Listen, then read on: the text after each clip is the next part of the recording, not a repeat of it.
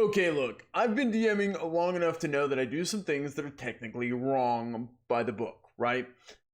However, I don't really care. I'm not changing. These are my 5 weird DM habits that I've picked up that I'm technically not sorry about.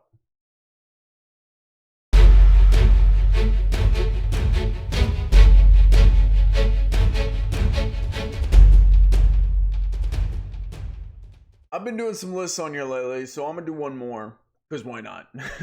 One is I want to make every NPC fun for me. And what I mean is I want to make them fun to roleplay. Why?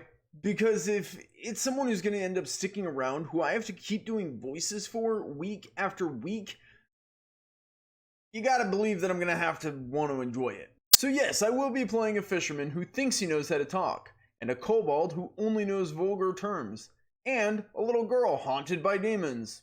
Deal with it. Okay, on to number 2. Number 2 is basically that I reward RP with secret buffs. Now, technically, my system that I use doesn't have inspiration, but if a player role plays their persuasion check or intimidate or deception or even a combat action, I'm going to give them a secret little bonus for it. They don't know about it, but it's there. Just don't crit fail. That's really all I ask. I'm just saying, if you flirt with me, you might get a bonus. Number 3 is that I tend to course correct and not tell anyone about it. So I never want to go back and change anything that my players have done to interact with the world around them, but what I will do is change some of the ways that I've worded things to make it make more sense. If they were in an area and there wasn't a watchtower there, and the next time they're there, there is a watchtower there, what I might do is then the next scene where they see that watchtower, I will detail it a little bit more to make sure that it makes sense. Hey, you see this watchtower, it's halfway built, there's a bunch of scaffolding around it, and as you're watching, you see someone fall from it, dropping, hitting the ground, and a crowd starts to form around them. It gives you time to enter unnoticed, or you could go see what's going on. What would you like to do? It just gives me an out to kind of help explain why things changed. It also helps breathe some life into your world, showing that things are changing around them, whether they're there to do it themselves or not. It's kind of a cheat. Number 4 is that I tend to act as a bit of a medieval secretary. I take notes for the party. I encourage my players to take notes during sessions to really help them remember, recall, and retain all the different things that are being said throughout the game. However, in between sessions, I will give them a full breakdown analysis of the episode. This will include recap, important NPCs, locations, and items, and maybe even any new magic they've come across. It helps them stay immersed and prepare for the next session before going into it. If they actually read it. Do they? I don't know.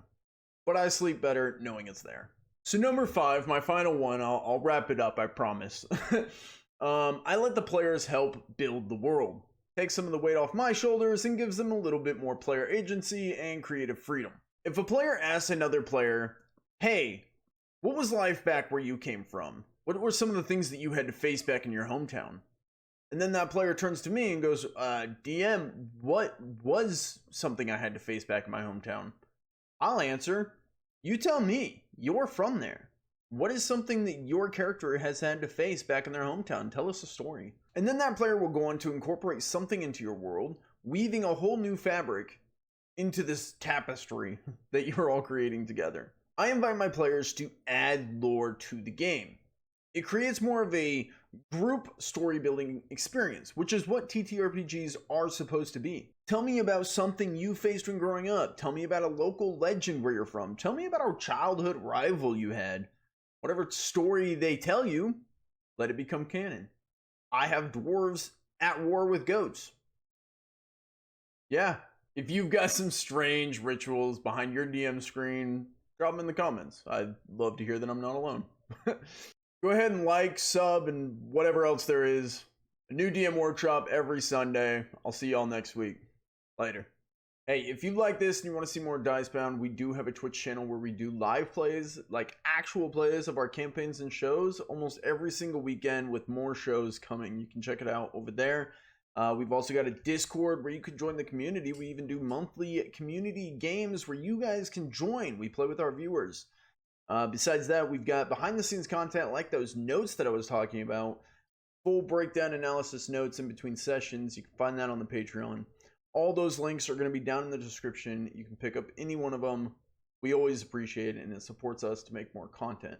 Thank you again for watching. My name is Wrath. This has been DiceBound. I'll see you all in the next video. Later.